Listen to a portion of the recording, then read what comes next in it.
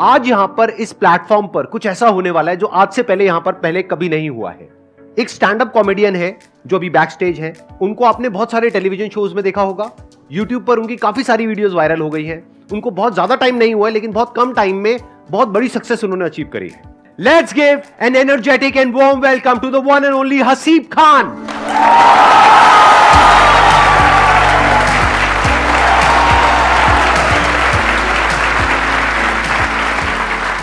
तो आज का दिन हसीब आपका है। यहां पर आप अपना परफॉर्म करिए, जो भी आप करना चाहते हैं। मैं वहां पर ऑडियंस में बैठूंगा। उसके बाद में हम लोग यहां पर बैठेंगे और डिस्कशन करेंगे कि ये जो आप करते हो किस तरीके से करते हो, क्योंकि एक बहुत बड़ी आर्ट है, ये हर एक में नहीं होती है क्वालिटी। अब ये स्टेज आपका है। Let's give a big hand for him.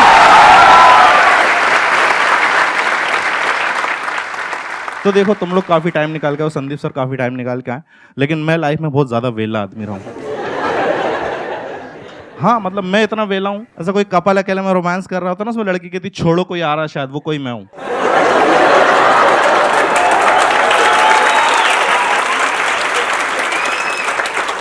तुमने कहावत सुनी, जंगल में मोर नाचा किसने देखा? कितने लोग मिडिल क्लास फैमिली बैकग्राउंड से? अच्छी बात है, तुम लोगों को पता है that you are from middle class. दिक्कत उनके साथ आती है जिनको नहीं पता होता। हाँ यार, बहुत से लोगों को नहीं, जैसे मेरे को मेरा खानदान समझ में नहीं आ रहा कि ये कौन लोग हैं जो भूखे भी नहीं मर रहे हैं और स्प्लेंडर भी नहीं खरीद पा रहे हैं।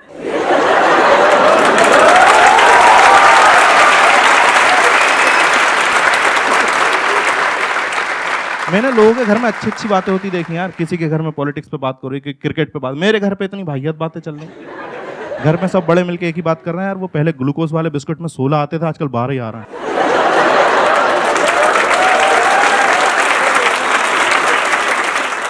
और पता है लॉजिक है, जब 16 बिस्किट आते थे तो उसमें हम 8 लोग थे घर में, उसे 2-2 बांट के खाते थे। उसने 14 कर दी, हमने बहन की शादी करा दी।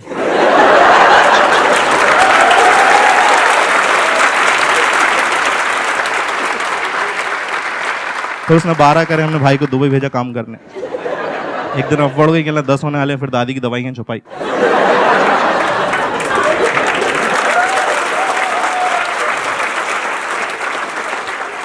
यार दादी बहुत याद आती सच में।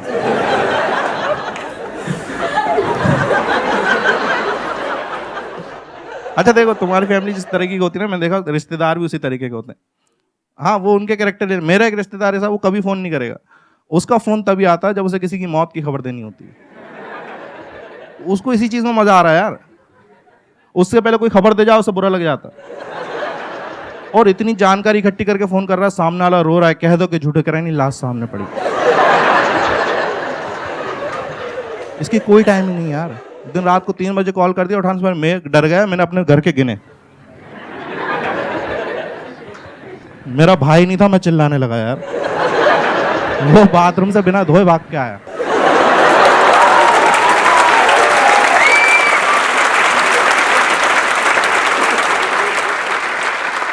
इसी से पता चल जाता है घर वाले किस तरह से ट्रीट कर रहे हैं, कि किस बैकग्राउंड से। जैसे तुमने देखा कि आजकल के बच्चे जब रोते हैं ना, तो उनके लिए खिलौने आ गए, जब रिमोट कंट्रोल कार। मेरे घर पे पता नहीं, उनका लॉजिक ही अलग। मैं रो रहा हूँ, मम्मी पता क्या कर रही, किचन में गई, कटोरी उठाई, जमीन पे मेरे सामने ऐसे दिखा घुमा दी। और मैं गधा हर बार चुप हो रहा हूँ देख के। मेरे भाई को बैडमिंटन खेलने का शौक था यार, उसे इन्होंने कुकर के ढक्कन से खिलवाया और सिर्फ 7 बजे तक खेलने देते थे उसे। कहते थे आगे दाल चढ़ेगी। अच्छा, कितने लोग यहाँ पे सिंगल हैं? हाँ देखो, मेरे को तुम्हारा कुछ करना नहीं है, बस मुझे देख के अच्छा लगता है।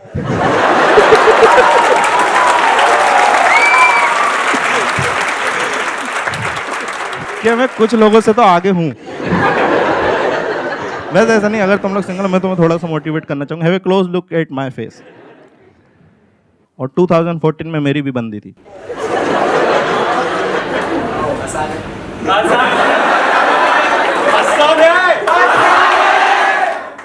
सर ने आसान है बोला, बन गई।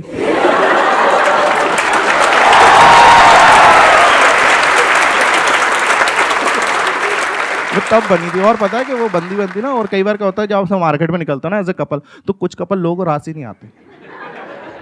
मेरा दोस्त है, वो अपनी बंदी के साथ ऐसे, उसका वेट है 120 kg, उसने बंदी बना रखी 35 kg की। और मेरे को जलाने के लिए ऐसे गोद में उसको बिठा के फोटो खिंचा के दिखाता कैसे लग रहा है। मैंने कहा e⁻x लग रहे हो।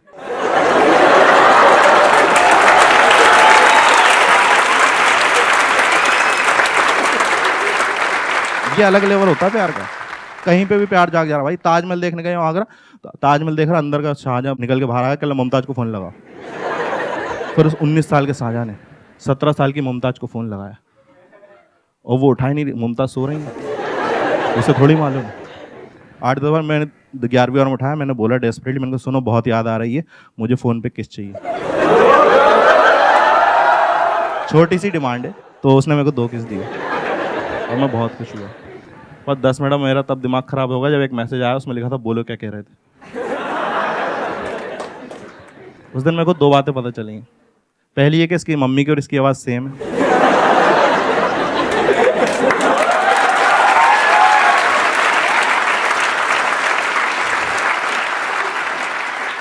और दूसरी है कि इनका खानदान कुछ ठीक नहीं है।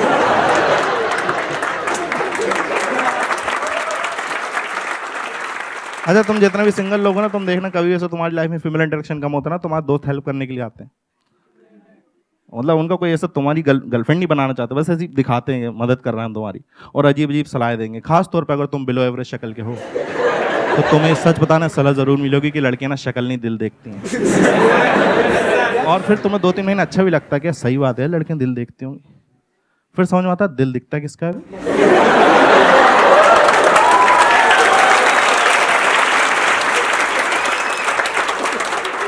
यार heart is an organ which is inside your body. It's not like कि तुम कहीं खड़े हो, 2-3 लड़कियां आ रही, तुमको गधा समझ रही हैं, सब देख के तुम्हारे हार्ट को बुरा लगेगा और बाहर आ जाएगा hi chicks, look at me, I am a very nice heart.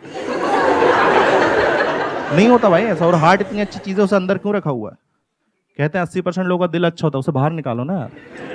इन्हीं 80% लोगों की शक्ल खराब है, अंदर डालो उसे।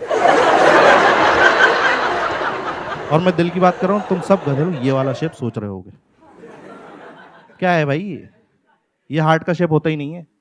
रियल हार्ट का शेप सोच लो तो प्यार नहीं आता अंदर से। इतना घटिया लगता है ना वो लगता है शादी में लगे जनरेटर की तरह।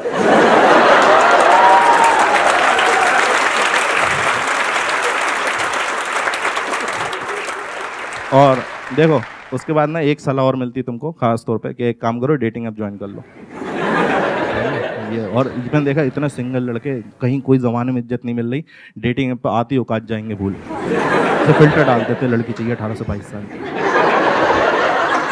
तो जब कोई मैच नहीं आता ना, धीरे धीरे औकात पे वापस आते हैं। एक काम करो 25 की भी देखो। फिर जब भी कोई बंदा हैवानियत पर जाता है कहता 40 की भी देखो।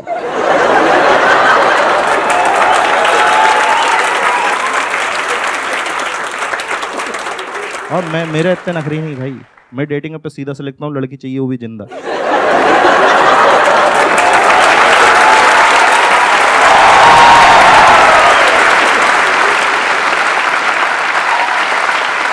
बहुत बढ़िया। अब यहाँ पर हम सोफाज वगैरह लगा देते हैं। माइक आप दे दीजिए, प्लीज हैव अ सीट, बैठिए। तो अब मैं आप लोगों को बताता हूं कि आज के इस सेशन में अब हम क्या करने वाले हैं। अभी आपने इनको लाइव परफॉर्म करते हुए देखा, कितने लोगों को मजा आया? ऑनेस्टली कितने लोगों को बहुत मजा आया? मैंने जब कॉमेडी शुरू करी थी ना, तो मैंने क्या, वैसे संदीप सर का बहुत हाथ रहा काफ़ी चीज़ों में। जैसे इनके वीडियो देख के एक बार मैंने बी छोड़ दी। एक मिनट, क्या छोड़ दी? इंजीनियरिंग को बी बोलते हैं हम लोग। अच्छा बी, ओके। मेरे को लगा कह रहा हूं बीड़ी छोड़ दी। हाँ, तो मैंने क्या इंजीनियरिंग छोड़ दी और मैंने वो कोट्स पढ़ लिए थे कि आप सक्सेसफुल हो जाते हो ड्रॉप आउट हो तो मेरे दोस्तों ने बताया फर्स्ट ईयर में नहीं छोड़ते।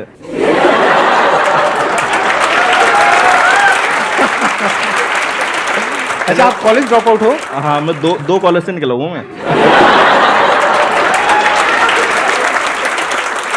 मैं फर्स्ट निकला था ना, फर्स्ट कॉलेज से, तो मैं इसलिए निकला मेरे को कोई गवर्नमेंट कॉलेज लेंगे। अब पता चला कि मिल तो गया लेकिन अब समझ में नहीं आ रहा, वहाँ कुछ निकल ही नहीं रहा, कुछ समझ में नहीं आ रहा, तो थर्ड ईयर में वहाँ से भी छोड़ दी। और ऐसा नहीं, मैंने सबसे मतलब पूरे 3 साल के कॉलेज में एक सबसे अच्छा काम करा था, कॉलेज की वेबसाइट बना दी थी मैंने। वो दिक्कत ये थी, उन्होंने कहा नहीं था बनाने को।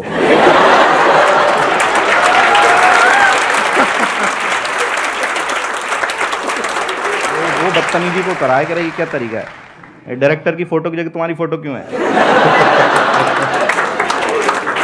ये क्या डायरेक्टर मैसेज में वाहियात बातें लिखी हुई है कि don't study too hard, just fall for rich girls and money will come from their father's bank account.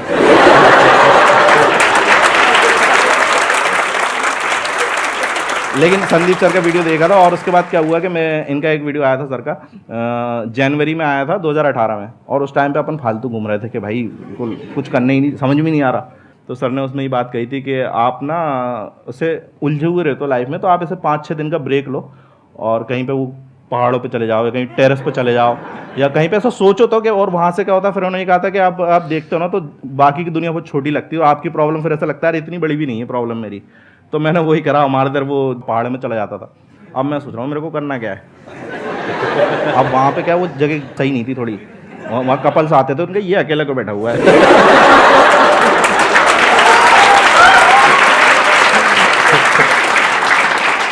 और मैं अपना सोच रहा हूँ मुझे करना क्या है।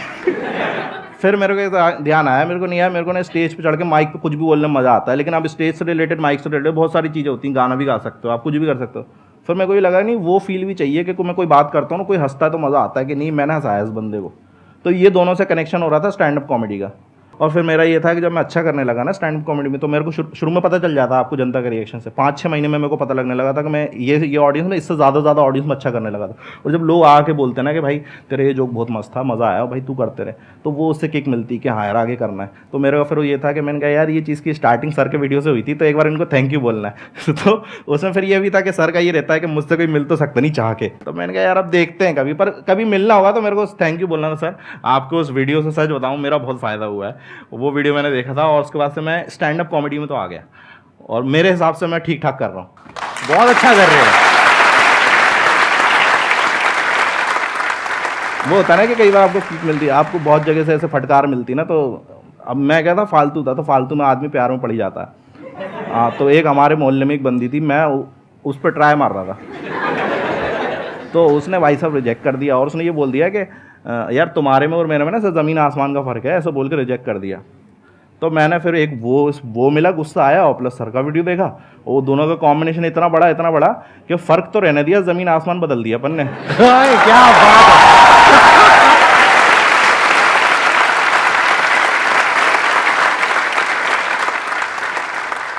सर मेरा क्वेश्चन ये है कि स्टेप्स क्या हैं स्टैंड अप कॉमेडियन बनने के? ये आपने ना अपना ही कंपटीशन बढ़ा लिया है। हाँ, अब ये सारे स्टैंड अप कॉमेडियन बनने वाले हैं यहाँ पे। जितने मार्केट में खराब स्टैंड अप कॉमेडियन आएंगे ना, उतनी हमारी वैल्यू बढ़ती है।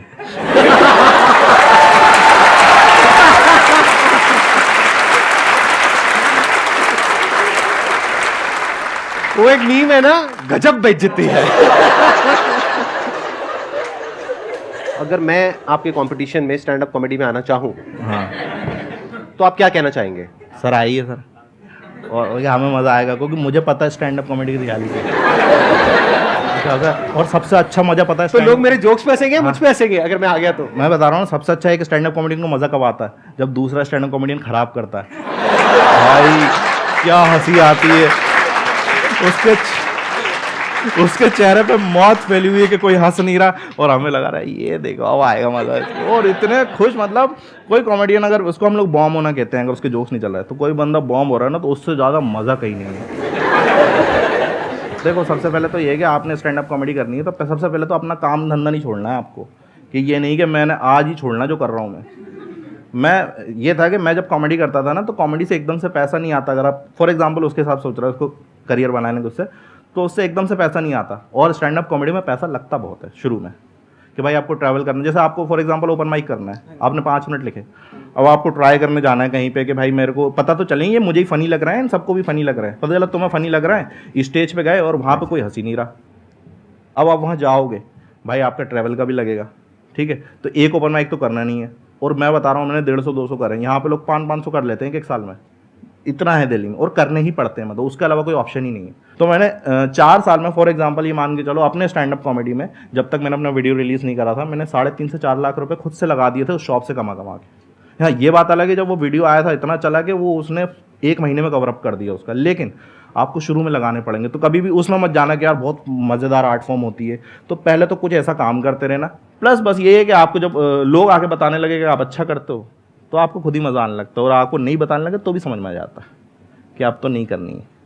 तो कहीं कहीं पे कुछ चीज़ों को छोड़ना भी पड़ता है। कुछ कुछ मैंने स्टैंड अप कॉमेडी से देखे 4-4, 5-5, 6-6 साल से कर रहे हैं, उनको जोक तो आज भी हंसी नहीं आ रही, लेकिन वो जस्ट बिकॉज कि नहीं मोटिवेटेड रहना, अपना करियर बिगाड़ लेना। अरे कहीं कहीं समझ भी जाओ, थोड़ा रहम भी तो करो ऑडियंस पे।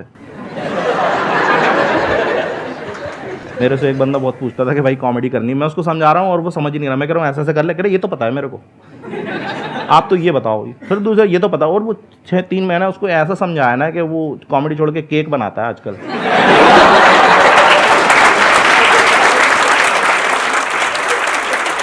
लेकिन अब ये देखो कि उसका फायदा, वो केक बहुत अच्छा बनाता है। ये जो आर्ट है ना, ये एक पूरा का पूरा इसका एक प्रोसेस होता है, वो दिखता नहीं है आप लोगों को। आप लोगों को लगता है कि मतलब स्टैंड अप कॉमेडी मतलब जैसे हम ग्रुप में बैठे हैं और हंसा रहे हैं, वो एक अलग चीज है, और यहाँ पे स्टेज पे आकर के परफॉर्म करना वो एक अलग चीज है। उसमें पूरा एक बिल्डअप होता है कि पहले क्यूरोसिटी क्रिएट करनी होती है, फिर एकदम से वो लैंड करता है, जो अनएक्सपेक्टेड होता है तब हंसी आती है। हाँ, तो इसको आप सीख भी सकते हो, जो वर्ल्ड के बेस्ट स्टैंड अप कॉमेडियंस है उन लोगों से, उनकी बुक्स मिलेंगी आपको। मैंने तो पढ़ी थी एक बुक, जैसे नाम ले सकते हैं बुक का क्या? हाँ हाँ प्लीज प्लीज। हाँ, एक कॉमेडी बाइबल करके जूडी कार्टर की, तो वो बुक पढ़ी थी मैंने, शुरू में ही ले ली थी। मेरे को ये था कि मैं वो था ना, मैं भोपाल से हूँ, तो मैं खराब कर रहा हूँ, तो मुझे जिनसे पूछ रहा हूँ मुझसे भी खराब कर रहे हैं। तो मैंने कहा बुक ही खरीद लो, क्योंकि अब दिल्ली में तो बड़े बड़े कॉमेडी साथ में मिल जाएंगे आपको। लाइक वो जो बंदा 10 साल से कर रहा है वो भी बगल में बैठा है, सेम लाइनअप में आपके, वो परफॉर्म करने वाला फिर आप करने वाला। वहाँ ऐसा था ही नहीं, तो मैंने बुक खरीदी। तो मेरे जो शुरू के सवाल थे ना, बहुत होते हैं स्टैंड अप कॉमेडी, उनको लगता है यार फट से मिल जाए चीज़, क्योंकि है इतनी वो अट्रैक्टिंग इतनी है कि भाई फट से मिल जाए, तो उनके सवाल इतने होते हैं। तो मैंने जब वो बुक पढ़ी ना, मेरे बहुत से मन के सवाल तो वहीं सॉल्व हो गए थे। और एक टाइम के बाद बुक छोड़नी भी पड़ती है कि नहीं, बुक जैसे संदीप सर बोलते हैं ना, मेरे वीडियो देखो और एक टाइम के बाद छोड़ भी दो। तो सेम चीज़ बुक के साथ भी, ये नहीं आप बुक में लग गए तो फिर आपने सीखने के बाद आप कुछ एडिक्ट ही हो गया, पता चला वो जूडी कार्टर ही बन गए पूरे के पूरे। राइट। तो वो नहीं करना, अपना भी तो लाना है। तो एक टाइम के बाद मैंने वो बुक पढ़ना भी छोड़ दी। मैंने फिर वो जो जिसको बताया था मैंने केक बनाना सिखाया था, उसको बेच दी वो। ये ऑन द स्पॉट बनाया ना आपने जोक? हाँ नहीं, ये रियलिटी भी है। अरे कहाँ।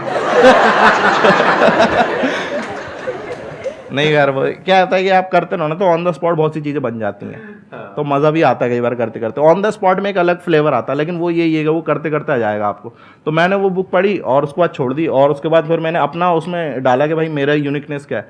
तो फिर वो चीज़ आया, फिर अब मैंने वो बुक दोबारा खरीदी जब मेरे को लग रहा है कि कुछ और टेक्निकलिटीज़ हैं। आप किसी भी बुक को दोबारा पढ़ो, पहले से ज़्यादा समझ में आता है। तो आपको उस क्वेश्चन का आंसर तो मिल ही गया होगा जो आपने पूछा था, जो नहीं पूछा था उसका भी मिल गया होगा। ये इनकी खास बात है। मेरी यार थोड़ी दिक्कत यही है कि मैं बहुत बोलने लगता हूँ। तो अरे बहुत अच्छा बोल रहे हो आप। हाँ। Sir, I want to ask what is good sense of humor? देखो, सबसे पहले तो यही चीज़ है कि भाई अपनी रियलिटी कभी मत छुपाओ। बहुत से लोग मैंने देखा है कि भाई वो गरीब हैं, लेकिन वो सोचेंगे कि यार कूल बनना है तो एयरपोर्ट पे जोक्स लिखते हैं। कभी नहीं गए फ्लाइट में, उस पर जोक लिख रहे हैं। भाई रियलिटी बताओ ना यार आप। मैं एयरपोर्ट नहीं जाता था, मैं तो कराने की शॉप पे जाता था, तो मैं वहीं से जोक लिखूंगा ना यार। मेरा सेंस ऑफ ह्यूमर तो रियलिटी से आएगा ना। जब तक आपके साथ वो चीज़ हुई नहीं, आप जैसे फॉर एग्जांपल मैं अगर बात कर रहा हूँ कि मेरी गर्लफ्रेंड के बारे में मैं 1.5 घंटे जोक करता हूँ, अब मेरी गर्लफ्रेंड ही नहीं होती तो मैं ऐसे ही बोलता जाता क्या? तो उसके लिए गर्लफ्रेंड होना भी तो जरूरी है भाई। तो इसका मतलब थी आपकी एक्चुअल में?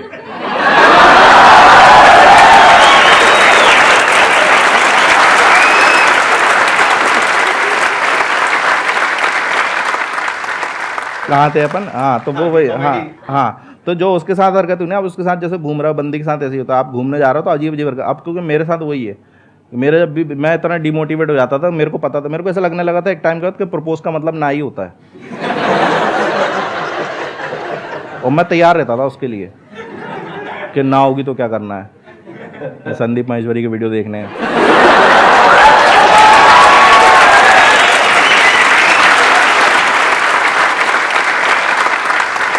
तो जब वो चीज़ें हुई ना, वो सारी मैंने शो में डाल दी कि बिल्कुल रियलिटी। अब वो भी देख के ऐसे गुस्सा कर रही होती है। मेरे साथ यही है, मेरे साथ कोई भी चीट वीट करता ना, मैं उस पर जोक लिख देता हूँ। वो भाई साहब मुझे बस ही देना, मुझे पता है उनके माइंड में जोक्स आ रहे होंगे। मेरी 6 महीने के लिए अपने एक अगले शो में। अरे सर, आप पे भी है, मैं पे बता रहा हूँ। संदीप सर तो बहुत मोटिवेट कर देते हैं। एक बार उनका कोई सेशन आता है, इसमें कहता है कि भगवान कहीं और नहीं, आप ही हो, आपके अंदर ही भगवान है। मैंने कहा सही है यार, ये तो मैं बैठा हुआ है। मैंने कहा सही है यार, मतलब वीडियो देख के एकदम बैठा हुआ खोया हुआ। मैंने कहा भगवान है यार अपन तो। फिर पापा ने बोला वो बोतलें भर के रखनी है। मेरे अंदर से वही आऊँगा, वत्स तुम्हें पता भी है।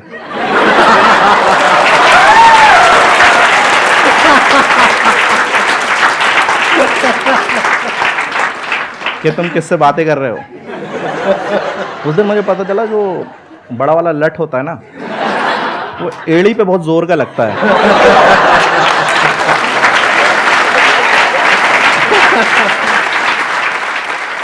Thank you so much Haseeb for coming, it means a lot to me and to everybody in the audience. हम सबको आपसे बहुत कुछ सीखने को मिला और मजा तो आया ही आया। मजा आया नहीं आया? यस और नो? तो आगे भी ऐसे ही मजा आता रहेगा, अलग अलग गेस्ट आएंगे यहाँ पर। मेरे को ऐसे मिलके थैंक यू बोलना था, मेरे को ये नहीं पता था मैं गेस्ट ही आ जाऊंगा, तो मेरे को बहुत अच्छा लग रहा है। Thank you so